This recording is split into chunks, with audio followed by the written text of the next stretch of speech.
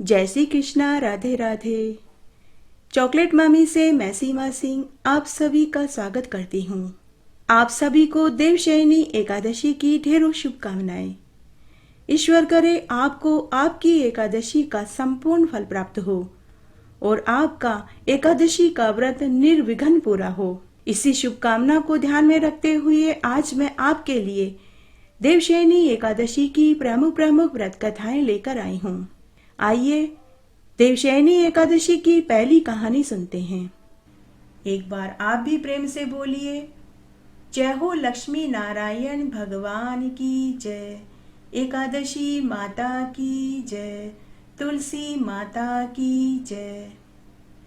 धर्मराज युधिष्ठिर भगवान श्री कृष्ण से बोले कि हे प्रभु, आषाढ़ मास के शुक्ल पक्ष की एकादशी का क्या नाम है? इस एकादशी का व्रत करने पर किस फल की प्राप्ति होती है तथा इस दिन कौन से देवता का पूजन किया जाता है और व्रत की पूजन विधि क्या है? कृपया करके आप हमें विस्तार से सुनाइए, हमारी सुनने की तीव्र इच्छा है। तब भगवान श्री कृष्ण युधिष्ठिर से बोले कि हे राजन, एक बार देव ऋषि नारद मुनि अनेक लोकों का भ्रमण करते करते ब्रह्मलोक में ब्रह्मा जी के पास गए। तब उन्होंने भी पितामह ब्रह्मा जी से यही प्रश्न किया था। तब ब्रह्मा जी ने अपने पुत्र नारद के मन की इच्छा जानकर कहा कि हे पुत्र नारद, आषाढ़ मास के शुक्ल पक्ष की एकादशी को अनेक नामों से जाना जाता है। इस एकादशी को पद्मा एकादशी, देवशयनी एकादशी, गुड्डी बुरावनी एकादशी, देवसोनी एकादशी, प्रबोधनी एकादशी आदि नामों से पुकारा जाता है, क्योंकि भगवान विष्णु इस दिन योग निद्रा में 4 माह तक चले जाते हैं। उसके बाद वे कार्तिक मास की देवउठनी एकादशी पर ही उठते हैं। उनके शयन काल की इस अवधि को चातुर्मास कहते हैं। इस अवधि में संपूर्ण चराचर जगत, आकाश, पाताल, पृथ्वी लोक, भूलोक, भवलोक, आताल लोक, स्वर्ग लोक का संचालन खुद भगवान महादेव ही करते हैं। अब हे नारद, तुम मुझसे एक पौराणिक कथा सुनो जो इस एकादशी व्रत में सुनी जाती है। वही कथा भगवान श्री कृष्ण राजा युधिष्ठिर को सुनाते हैं। वह कथा इस प्रकार है। सूर्यवंशी मानधाता नाम के एक प्रतापी, चक्रवर्ती, दानवीर, शूरवीर राजा हुए। एक समय उनके राज्य में 3 साल तक बरसात नहीं हुई, जिससे सभी कुएं, तालाब, बावड़ी और जलाशय सूख गए। राज्य पर भयंकर अकाल पड़ गया, जिससे सभी चराचर जगत के पशु पक्षी, मवेशी, यहाँ तक कि प्रजा के लोग भी भूख और प्यास से मरने लगे। तब एक दिन प्रजा के गणमान्य लोग राजा के पास महल में शिकायत लेकर पहुंचे और उन्होंने कहा कि हे महाराज, पूरी सृष्टि के जीवित रहने का एक मुख्य कारण बरसात है, लेकिन पिछले 3 सालों से हमारे राज्य में एक बूंद भी जल नहीं बरसा। पूरे राज्य पर अकाल के भयंकर बादल मंडरा रहे हैं। बिना अन्न और जल के पशु पक्षी और जीव जनावर मर रहे हैं। हे राजन, आप हमारे राज्य के राजा हैं। हमारे सुख दुख को दूर करने का दायित्व तो आपका ही बनता है।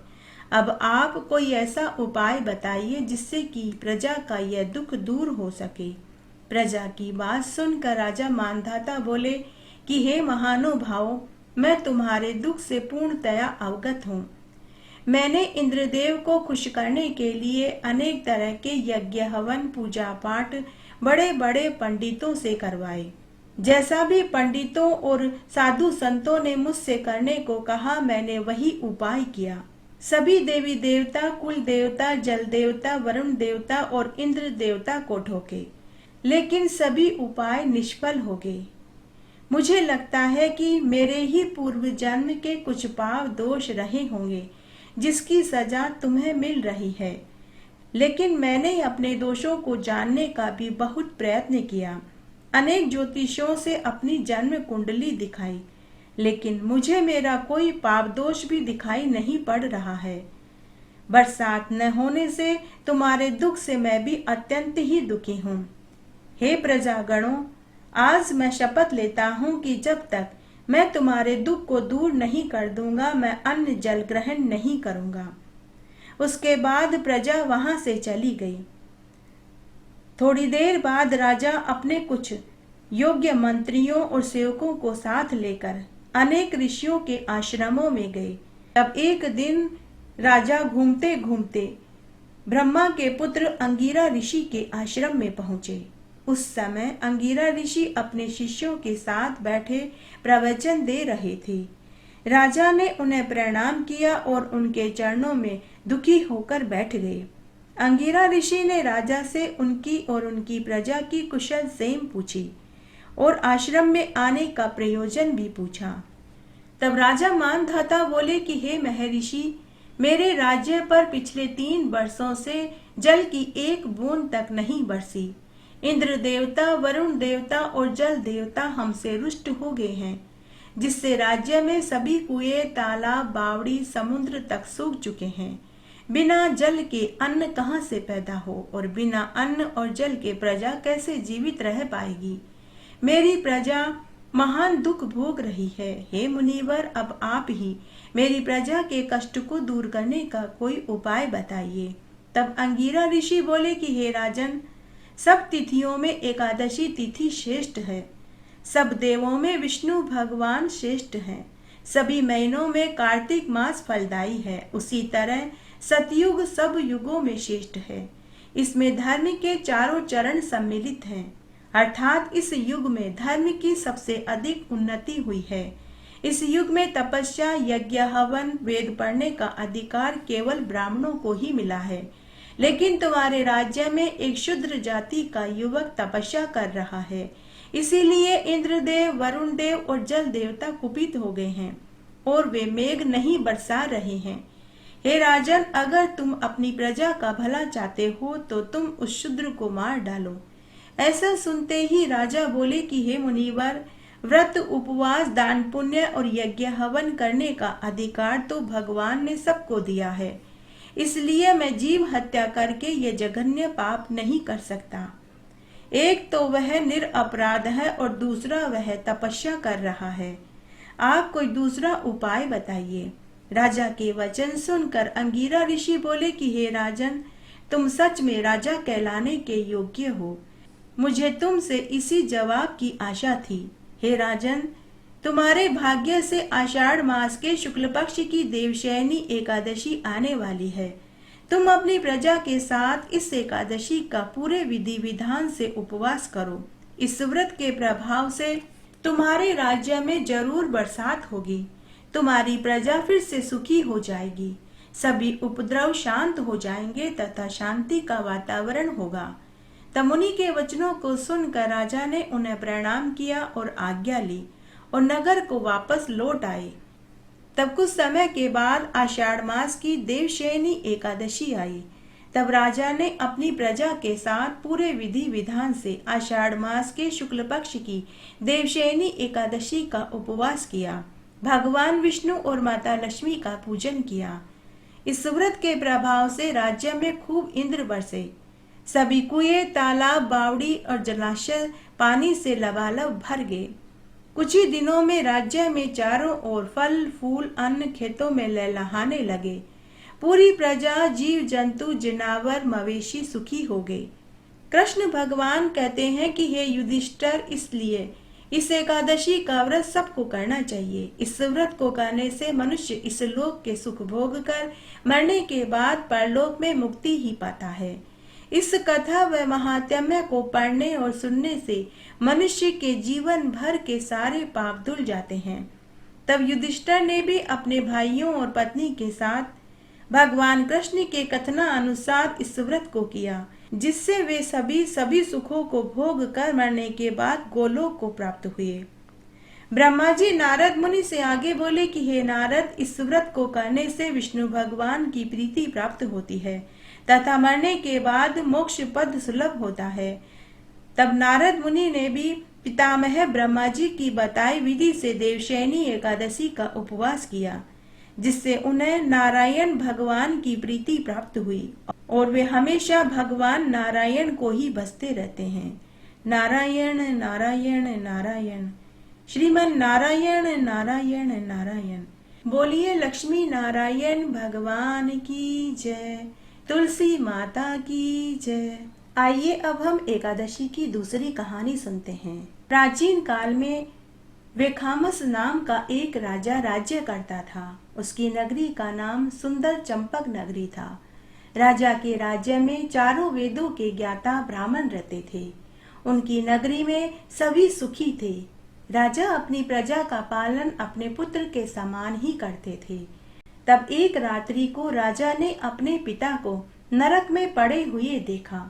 उनके पिता नरक की यातना की पीड़ा भोग रहे थे और बड़े ही कातर और आर्द्र स्वर में अपने पुत्र को पुकार रहे थे और कह रहे थे कि हे पुत्र, तुम मेरा यहाँ से उद्धार करो। पुत्र, तुम मुझे नरक से मुक्ति दिलाओ। मैं अभी भी नरक में पड़ा हूँ, मुझे सद्गति प्राप्त नहीं हुई है। तभी राजा की नींद खुल गई। उस समय सुबह के 4 बज रहे थे। राजा ने सुन रखा था कि सुबह का स्वप्न हमेशा सच होता है। राजा उसी समय उठ गया। स्नान आदि से निवृत्त होकर पूजा पाठ करके दरबार में पहुंच गया और सेवकों को भेजकर नगर के सभी विद्वान ब्राह्मणों और साधु संतों को बुलाया। उसके बाद राजा ने सभी ब्राह्मणों और साधु संतों को रात्रि का स्वप्न सुनाया और कहा कि हे ब्राह्मणों, हे साधु संतों, हे महानुभावों, मैंने रात्रि में अपने पिता को नरक में दुख भोगते हुए देखा। वे मुझसे दीनहीन वचन में कह रहे थे कि हे पुत्र, मेरा नरक से उद्धार करो। मैं अभी भी नरक में पड़ा हूँ, मुझे सद्गति प्राप्त नहीं हुई है। हे ब्राह्मणों, अब तुम ही मुझे बताओ, मेरे स्वप्न का क्या मतलब है? मैं अपने पिता का कैसे उद्धार करूं? कोई दान, तप, जप, पूजा, हवन हो तो वो बताओ। मैं वैसा ही कार्य करूंगा जिससे मेरे पिता को नरक से मुक्ति मिल सके। उस उत्तम पुत्र का जीवन व्यर्थ है जो अपने पिता का उद्धार न कर सके। राजा के वचनों को सुनकर सभी ब्राह्मण राजा से बोले कि हे महाराज, हमारे नगर से कुछ दूरी पर वर्तमान काल, भूतकाल और भविष्यत काल के ज्ञाता पर्वत मुनि का आश्रम है। अतः हमें वहां जाकर उनसे अपनी समस्या का निवारण पूछना चाहिए। पर्वत मुनि ही हमें इस समस्या का कोई उपाय बता सकेंगे। तब राजा अपने कुछ मंत्रियों को साथ लेकर पर्वत मुनि के आश्रम में गए। उस समय पर्वत मुनि अपने शिष्यों व साधु संतों के साथ बैठे थे। राजा ने जाकर पर्वत मुनि को प्रणाम किया। पर्वत मुनि ने भी राजा को अर्घ्यपान आदि देकर उनका खूब आतिथ्य सत्कार किया और कुशल सेम पूछी। तब राजा ने पर्वत मुनि से कहा कि हे मुनिवर, आपकी कृपा से मैं और मेरे राज्य में सभी कुशल से हैं, परंतु आज मेरे आने का आशय कुछ अलग ही है। आप मेरे आने का आशय सुनिए। फिर राजा ने अपने रात्रि के स्वप्न को पर्वत मुनि को बताया और अपने दुख का निवारण पूछने लगे। तब पर्वत मुनि ने एक मुहूर्त के लिए अपनी आंखें बंद करी और भूतकाल भविष्यत काल का विचार करने लगे। थोड़ी देर बाद पर्वत मुनि राजा से बोले कि हे राजन, मैंने अपने मनोयोग और तप बल से तुम्हारे पिता के पूर्व जन्म के समस्त पाप दोषों का पता लगा लिया है। तुम्हारे पिता ने अपने पूर्व जन्म में कामातुर होकर सोत के कहने पर अपनी ही छोटी रानी को ऋतुदान मांगने पर भी नहीं दिया। उसी पाप दोष के कारण तुम्हारे पिता को मरने के बाद नरक मिला है। तब राजा ने पर्वत मुनि से कहा कि हे मुनिवर, अब आप ही बताइए, मेरे पिताजी का नरक से कैसे उद्धार हो पाएगा? तब पर्वत मुनि बोले कि हे राजन, आषाढ़ मास के शुक्ल पक्ष की देवशयनी एकादशी आने वाली है। तुम निस्वार्थ भाव से देवशयनी एकादशी का पूरे विधि विधान से उपवास करो और द्वादशी को अपनी एकादशी का पुण्य फल संकल्प भर कर अपने पिता को सौंप दो। देवशयनी एकादशी के व्रत का फल देने से तुम्हारे पिता का उसी क्षण नरक से स्वर्ग मिल जाएगा। तब राजा ने मुनि से देवशयनी एकादशी की संपूर्ण विधि जानी। उसके बाद राजा पर्वत मुनि को प्रणाम करके वापस अपने महल अपने राज्य में लौट आए। जब आषाढ़ मास के शुक्ल पक्ष की देवशयनी एकादशी तिथि आई तो राजा ने अपने परिवार वालों और बंधु बांधवों के साथ पूरे विधि विधान से देवशयनी एकादशी का उपवास किया। दूसरे दिन द्वादशी को ब्राह्मणों के सामने हाथ में काले तिल, कुशा, पुष्प जल लेकर अपनी एकादशी के व्रत का फल अपने पिता को सौंप दिया।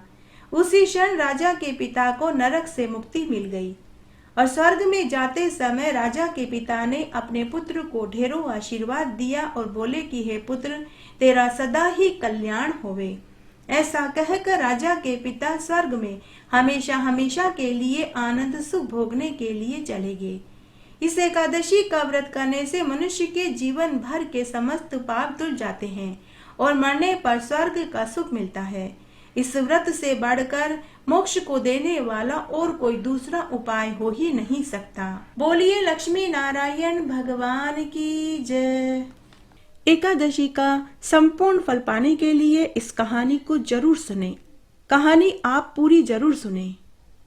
इस कहानी को सुनने से आपको संपूर्ण फल प्राप्त होगा। आइए एकादशी की सत्य कहानी सुनते हैं। एक बार की बात है, उज्जैन के एक राजा थे जिनका नाम विक्रमादित्य था। राजा विक्रमादित्य बड़े ही न्यायप्रिय थे। एक बार वे एक आश्रम में गए जहां अनेक ऋषि मुनि ब्राह्मण साधु सन्यासी यज्ञ हवन पूजा पाठ कर रहे थे। कोई मंत्रों का जाप कर रहा था तो कोई माला फेर रहा था तो कोई मुनि जोर जोर से मंत्रों का उच्चारण कर रहा था। जैसे ही राजा विक्रमादित्य अपने घोड़े से उतरकर उन ऋषि मुनियों के पास गए तो सभी ने यज्ञ हवन पूजा पाठ मंत्र उच्चारण और माला जपना बंद कर दिया। राजा ने उन्हें प्रणाम किया और पूछा कि आप सभी ने मुझे देखते ही अपना अपना काम करना क्यों बंद कर दिया। तब उन ऋषि मुनियों में से एक ऋषि ने कहा कि हे राजन, आप नुग्रे हैं। आपने अब तक किसी को भी अपना गुरु नहीं बनाया है, इसलिए आपके सामने हम धर्म का आयोजन नहीं कर सकते। जिस मनुष्य ने अपने जीवन में गुरु नहीं बनाया उसका तो जीवन ही व्यर्थ है। यह सुनकर राजा उदास हो गया। उदास मन से राजा महल में नहीं गया बल्कि वह जंगल में इधर उधर भटकने लगा। मन ही मन सोचने लगा कि मैं किसे अपना गुरु बनाऊं। इस तरह राजा भटकते भटकते अपने ससुराल में पहुंच गए। वहां राजा का खूब आदर सत्कार हुआ। तब राजा विक्रमादित्य को उनकी रानी चंद्रावली के महल में भेज दिया। उस दिन रानी चंद्रावली का एकादशी का उपवास था। राजा भूख और प्यास से बेचैन थे। राजा विक्रमादित्य ने अपनी रानी चंद्रावली से पीने का पानी मांगा।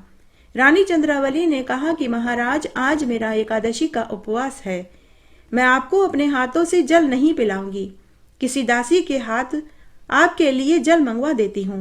राजा विक्रमादित्य ने रानी से कहा कि हे रानी, मैं एक क्षत्रिय हूँ, पानी पीऊंगा तो तुम्हारे ही हाथ से पीऊंगा, अन्यथा मैं जल नहीं पीऊंगा। रानी चंद्रावली ने इसे मजाक समझा। उसके बाद रानी वहां से चली गई। उधर पानी न मिलने से राजा विक्रमादित्य का भंवरा शरीर त्याग देता है। राजा की मृत्यु हो जाती है।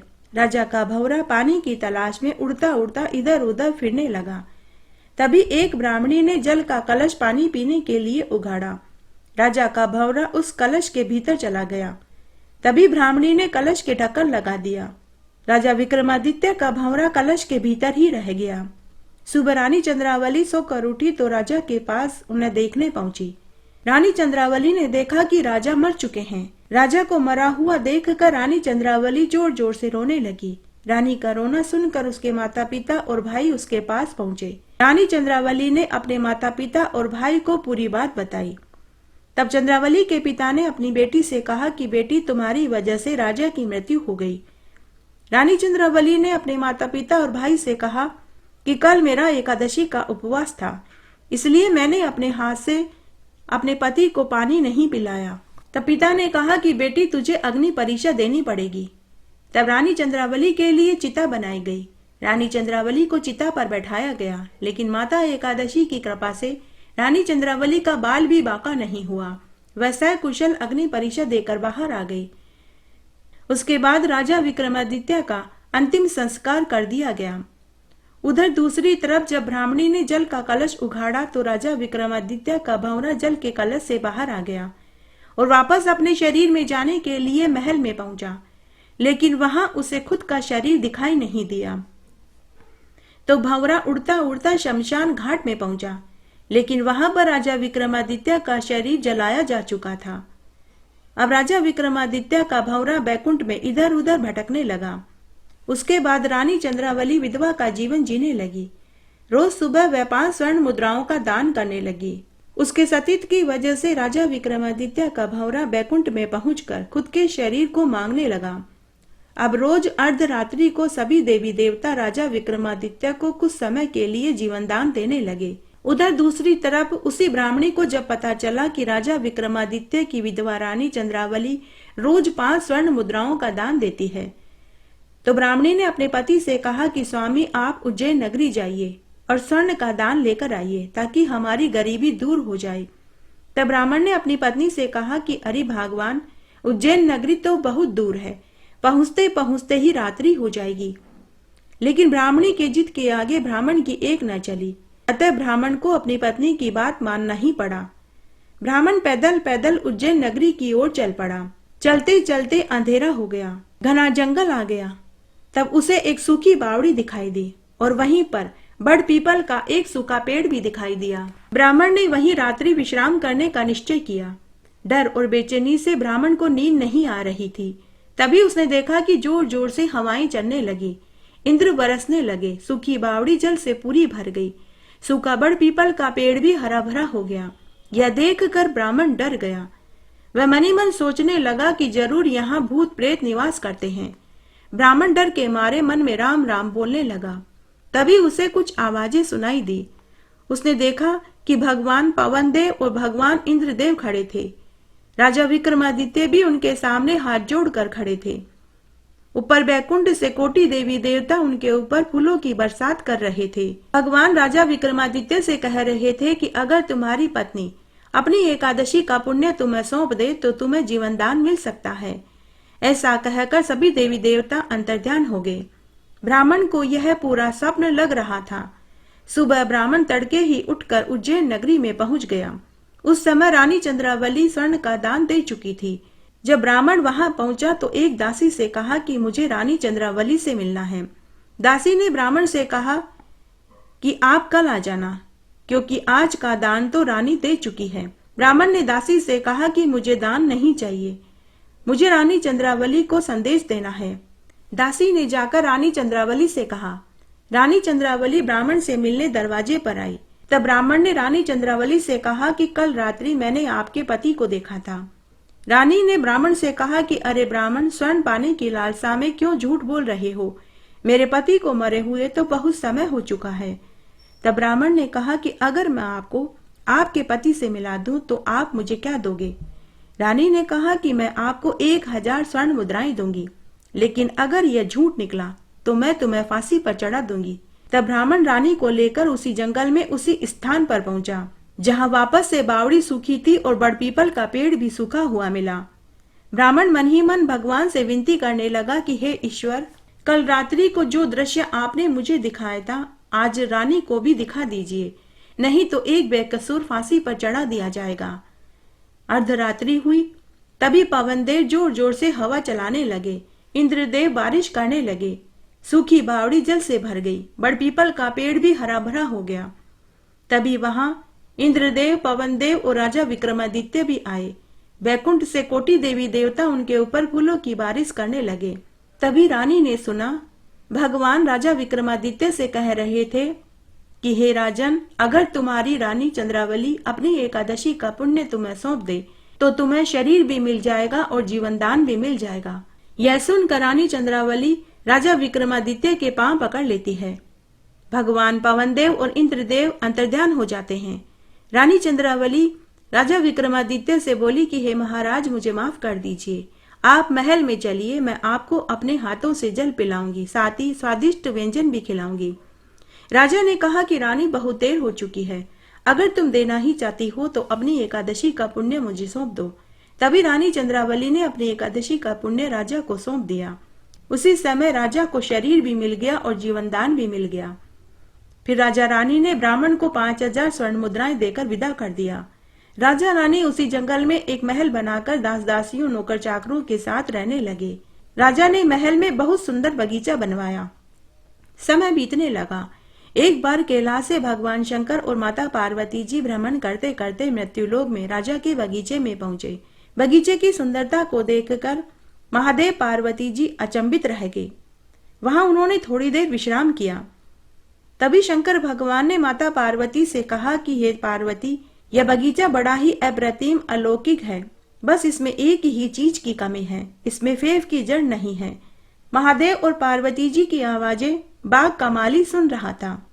सुबह माली सोकर उठा और रात्रि की घटना का जिक्र राजा विक्रमादित्य से करने के लिए महल में पहुंचा और राजा को पूरी बात बताई। माली की बात सुनकर राजा ने रानी चंद्रावली से कहा कि हे रानी, मैं फेफ की जड़ लेने के लिए शंकर भगवान के पास कैलाश पर्वत पर जा रहा हूँ, तुम अपना ध्यान रखना। उसके बाद राजा विक्रमादित्य फेफ की जड़ लेने के लिए कैलाश पर्वत की ओर चल दिए। ऊपर भगवान महादेव को पता चल गया कि राजा फेफ की जड़ लेने कैलाश पर आ रहे हैं। महादेव जी ने माता पार्वती से कहा कि हे प्रिय, तुम मेरे लिए भांग बनाओ, मैं 12 बरस तक सोना चाहता हूँ। तब माता पार्वती जी ने रगड़ रगड़ कर भगवान महादेव को भांग बना करके पिला दी। बोले महादेव जी 12 बरस के लिए भांग पीकर सो गए। तभी राजा विक्रमादित्य कैलाश पर पहुंचे और माता पार्वती जी को प्रणाम करके बोले कि हे माते, मुझे भगवान शंकर से मिलना है। माता पार्वती ने कहा कि हे वत्स, तुमने आने में देर कर दी। महादेव जी तो 12 बरस के लिए भांग पीकर सो गए हैं। ऐसा करो, तुम वापस मृत्युलोक चले जाओ, 12 बरस के बाद आ जाना। लेकिन राजा ने कहा कि हे माते, मैं भगवान से मिले बिना नहीं जाऊंगा और ना ही अन्न जल ग्रहण करूंगा। राजा वहीं कैलाश पर तपस्या करने लगे।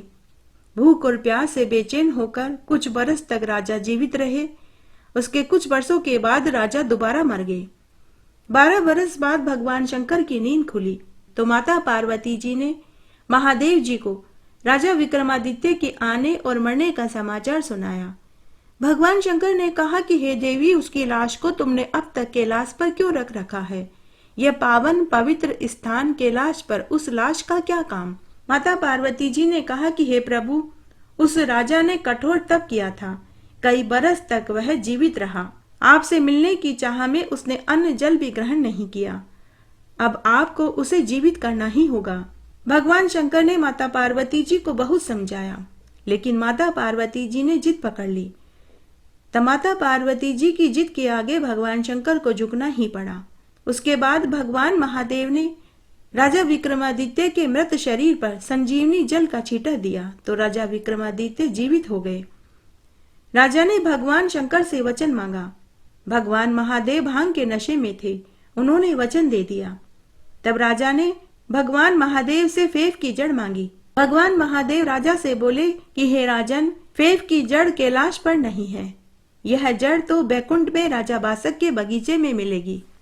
तब भगवान शंकर, माता पार्वती और राजा विक्रमादित्य बैकुंठ में राजा बासक के बगीचे में फेफ की जड़ लेने पहुंचे। महादेव जी ने राजा बासक से फेफ की जड़ मांगी।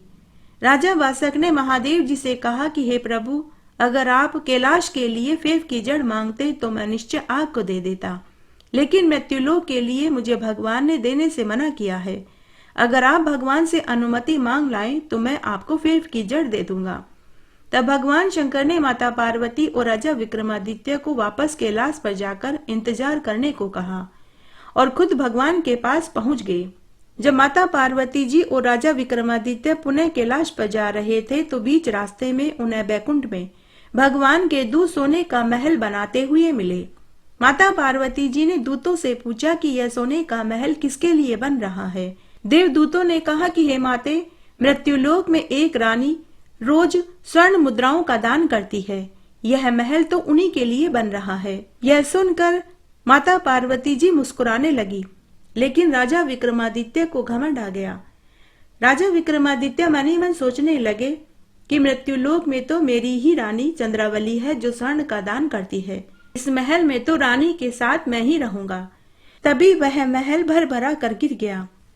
सच्ची कहा गया है कि गर्व की परख तो हमेशा गर्त में ही मिलती है।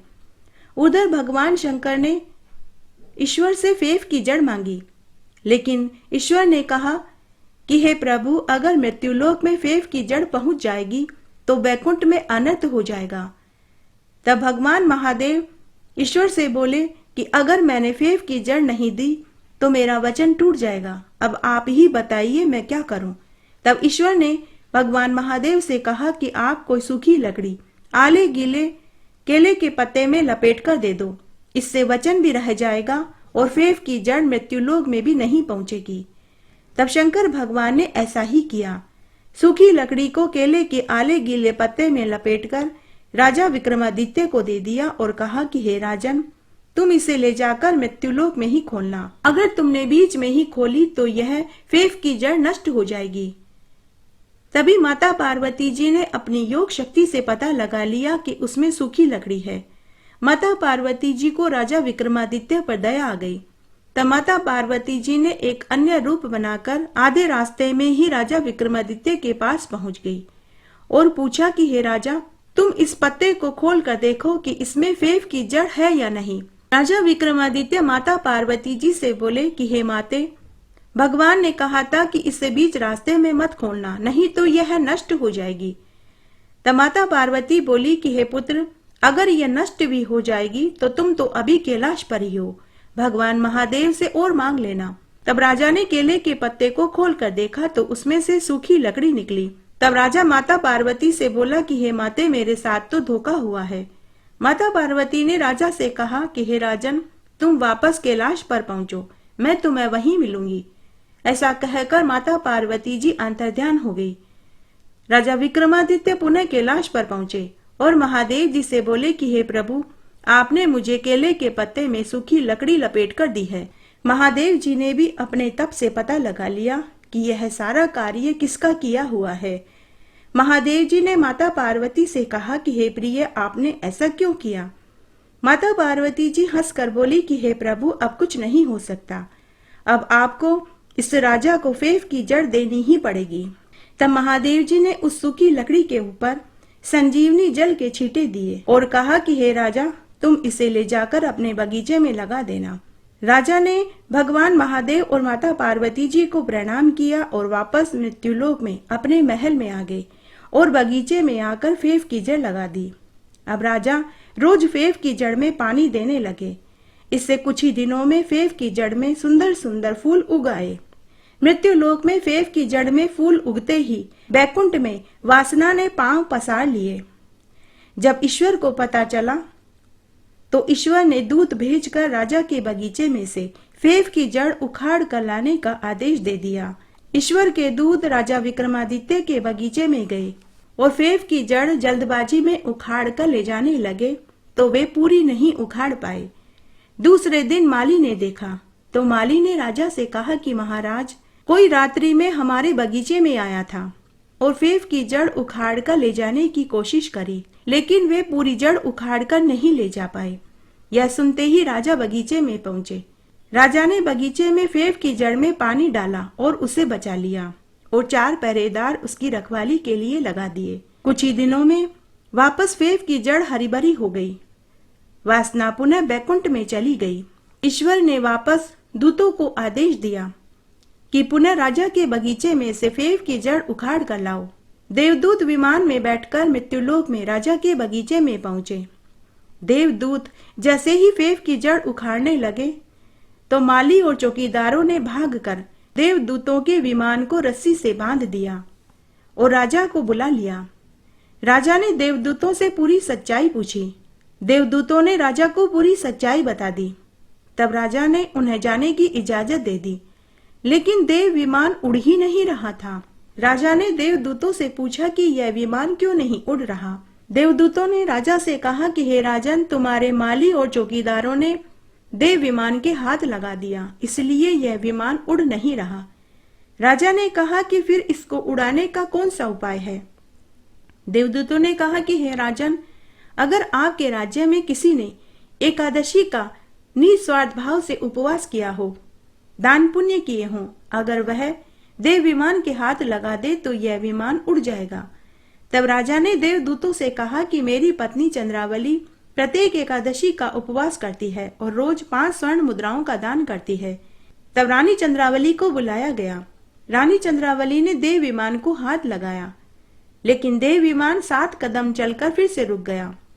तब देवदूतों ने राजा से कहा कि हे महाराज, आपकी रानी चंद्रावली ने एकादशी का पुण्य आपको दे दिया, इसलिए आप किसी और को बुलवाइए। तब राजा ने नगर में ढिंडोरा पिटवाया कि किसी ने भी एकादशी का व्रत पूरे नियम धर्म से किया हो तो वह तुरंत राजमहल में आए। तब राज्य में से एक तेलन आई। राजा ने तेलन से कहा कि हे तेलन, क्या तुम एकादशी का उपवास करती हो? तो तेलन ने राजा से कहा कि हे महाराज, मैं प्रत्येक एकादशी का उपवास करती हूँ, भगवान विष्णु और माता लक्ष्मी का पूजन करती हूँ और एकादशी की भक्ति करती हूँ। राजा ने कहा कि ठीक है तेलन, तुम इस देव विमान के हाथ लगा दो, इसके बदले में मैं तुम्हें मुंह मांगा इनाम दूंगा। तेलन ने उसी समय देव विमान के हाथ लगा दिया। तभी वह विमान उड़ने लगा। उसी समय आकाशवाणी हुई। आकाशवाणी ने देवदूतों से कहा कि हे देवदूतों, यह तेलन बड़ी ही सती महिला है, इसकी मृत्यु लोक में नहीं बैकुंठ में इसकी ज्यादा जरूरत है, इसलिए तुम इसे विमान में बैठाकर बैकुंठ में ले आओ। तब दूतों ने तेलन को विमान में बैठा लिया और बैकुंठ में ले जाने लगे। तभी राजा ने तेलन से कहा कि अरे तेलन, तू तो अपने पुण्य प्रताप से बैकुंठ जा रही है, मुझे भी कोई वरदान देती जा। तब तेलन राजा से बोली कि हे महाराज, आप प्रत्येक एकादशी का व्रत करना, एकादशी की भक्ति करना, भगवान एक दिन आपको भी जरूर दर्शन देंगे। उसके बाद दूत बैकुंठ में पहुंचे। भगवान ने देवदूतों से कहा कि अरे देवदूतों, तुम तेलन को तो लेकर आए, लेकिन एकादशी की भक्ति लेकर नहीं आए। अगर तुम एकादशी की भक्ति भी लाते तो ज्यादा अच्छा होता। उसी समय भगवान ने अपने शरीर के मेल से एक आकृति बनाई और उसमें प्राण फूंक दिए और उसे आदेश दिया कि तुम मृत्युलोक में जाओ और एकादशी की भक्ति लेकर आओ, कैसे भी लाओ, साम दाम दंड भेद जो भी तुम्हें अपनाना पड़े उसे अपनाओ, लेकिन एकादशी की भक्ति बैकुंठ में लेकर आओ। तब उस आकृति ने एक 12-13 साल की सुंदर युवती का रूप बनाया और राजा के बगीचे में पहुंच गई और वहां भ्रमण करने लगी। रोज की तरह राजा विक्रमादित्य अपने बगीचे में पहुंचे। राजा ने अपने बगीचे में एक सुंदर युवती को देखा तो राजा उसके रूप और यौवन पर मंत्रमुग्ध हो गया। राजा ने उसके सामने विवाह का प्रस्ताव रखा। सुंदर युवती ने राजा से कहा कि हे राजन, मैं तुमसे एक शर्त पर ही विवाह करूंगी। मेरी कुछ 7 शर्तें हैं, अगर तुम उन 7 शर्तों को मानोगे तो मैं तुमसे विवाह कर लूंगी। राजा ने कहा कि तुम 7 फेरों में 7 वचन मांग लेना, मैं तुम्हें 7 वचन दे दूंगा। तब पहले फेरे में रानी ने पहला वचन मांगा कि मैं आपकी पहली पत्नी चंद्रावली के साथ नहीं रहूंगी। दूसरे फेरे में दूसरा वचन मांगा कि आपकी बेटी की मैं मां नहीं बनूंगी। तीसरे फेरे में तीसरा वचन मांगा कि आपके बेटे धर्मागत मुझे मां कहकर नहीं पुकारेंगे। चौथे फेरे में चौथा वचन मांगा कि मैं राज्य में अलग महल में रहूंगी। 5वें फेरे में 5वां वचन मांगा कि मैं कोई कामकाज भी नहीं करूंगी। 6ठे और 7वें फेरे में यह वचन मांगा कि ये दोनों वचन मैं शादी के बाद बताऊंगी। राजा ने रानी से कहा कि हे रानी, जैसा तुम कहोगी मैं वैसा ही करूंगा। उसके बाद राजा शादी करके उसे महल में ले आए। महल में पहुंचते ही रानी चंद्रावली ने उसका खूब आदर सत्कार किया और उसे खुले मन से अलग महल में जाकर रहने की इजाजत दे दी। माया रूपी लड़की महल में आते ही राजा से बोली कि हे महाराज, मेरी 6ठी शर्त यह है कि आप या तो एकादशी की भक्ति दो या फिर अपने बेटे धर्मागत का शीश काट दो। राजा ने सुंदर युवती से कहा कि मैं एकादशी की भक्ति तो नहीं दूंगा, चाहे तो तुम मेरे बेटे धर्मागत का सिर ले लो। तब माया रूपी लड़की पुनः बोली कि राजा, मेरी 7वीं शर्त यह है कि आपकी बेटी अपने भाई की आरती करे, आप तलवार से अपने बेटे का सिर काटे और आपकी रानी चंद्रावली झोली फैलाकर अपने बेटे के कटे सिर को झेले। हे महाराज, अभी मेरी शर्त खत्म नहीं हुई है। शर्त यह है कि यह कार्य करते समय आपके चारों के आंखों में से आंसू का एक बूंद भी नहीं टपकना चाहिए। राजा रानी और उनके बेटे और बेटी ने शर्त स्वीकार कर ली। तब राजा विक्रमादित्य की बेटी ने अपने भाई धर्मागत की आरती करी। रानी चंद्रावली आंचल फैलाकर खड़ी हो गई। राजा ने जैसे ही तलवार से अपने बेटे धर्मागत का शीश काटने लगे कि तभी एकादशी माता वहां साक्षात रूप से प्रकट हो गई और राजा से तलवार लेकर माया रूपी लड़की का सिर धड़ से अलग कर दिया। इससे न तो एकादशी की भक्ति बैकुंठ में गई और न ही धर्मागत का शीश कटा। बोलिए एकादशी माता की जय। देवशयनी एकादशी का संपूर्ण फल पाने के लिए तुलसी माता की कहानी जरूर सुननी चाहिए। आइए अब हम एकादशी व्रत का संपूर्ण फल पाने के लिए तुलसी माता की कहानी सुनते हैं। एक बार एक गांव में एक बुढ़िया माई थी। वह रोज सुबह जल्दी उठकर स्नान आदि करके तुलसी जी को सींचती, दिया बाती करती और 5 परिक्रमा करती। भोग बना करके तुलसी माता को भोग चढ़ाती। शाम को पुनः संध्या आरती करती। वहीं बैठकर भगवान हरि और तुलसी माता के 5 भजनों को गाती। तब एक बार तुलसी माता ने सोचा कि इस बुढ़िया माई ने पूरी उम्र मेरी खूब सेवा पूजा करी है, लेकिन इसने एक भी एकादशी का उपवास नहीं किया। इस कारण इसके पाप नहीं धुले हैं। मुझे इससे एक एकादशी का उपवास अवश्य करवाना चाहिए।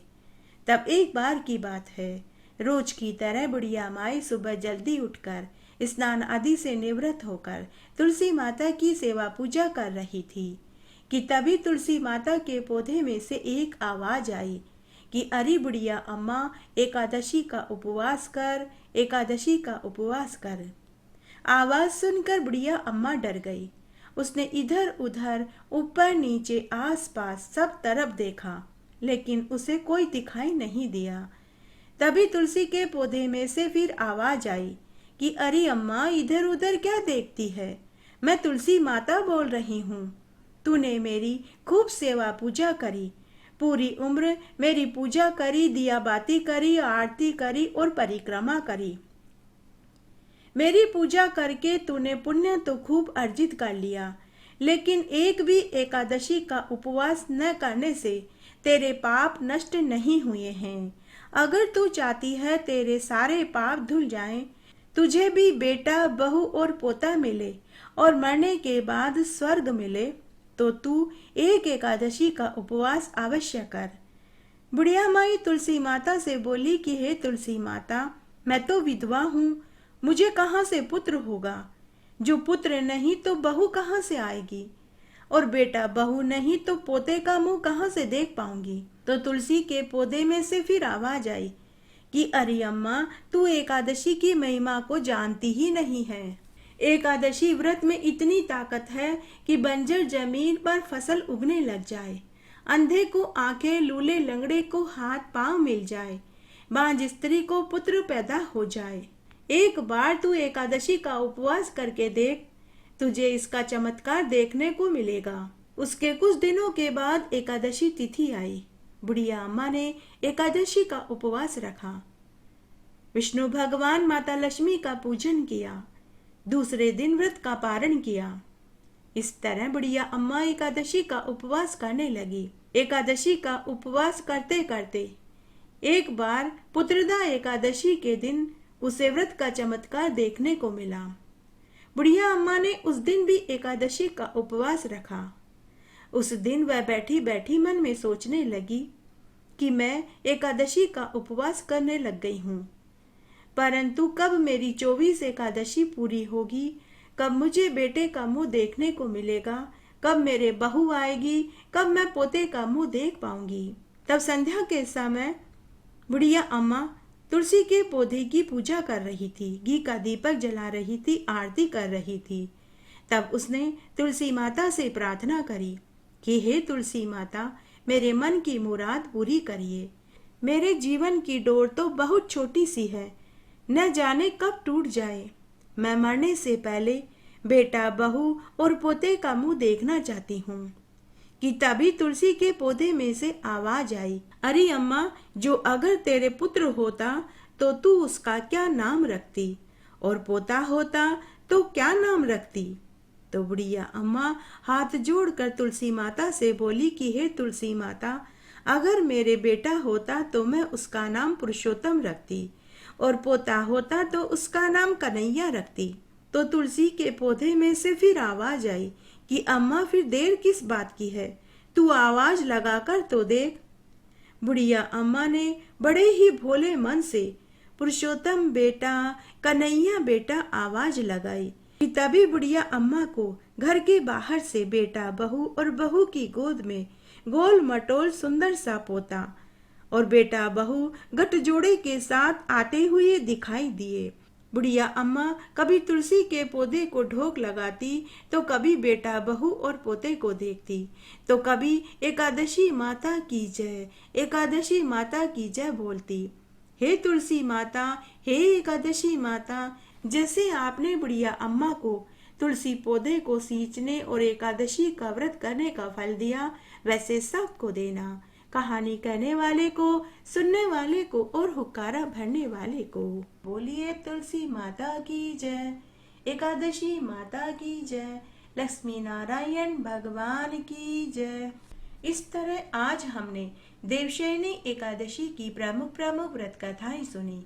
आशा करती हूँ आपको इन कथाओं को सुनने का संपूर्ण फल प्राप्त होगा। अगर आप मेरे चैनल पर पहली बार आए हैं तो आपसे हाथ जोड़कर करुण रिक्वेस्ट है कि मेरे चैनल को सब्सक्राइब करना न भूलें, बेल आइकन जरूर प्रेस करें, वीडियो को लाइक करें।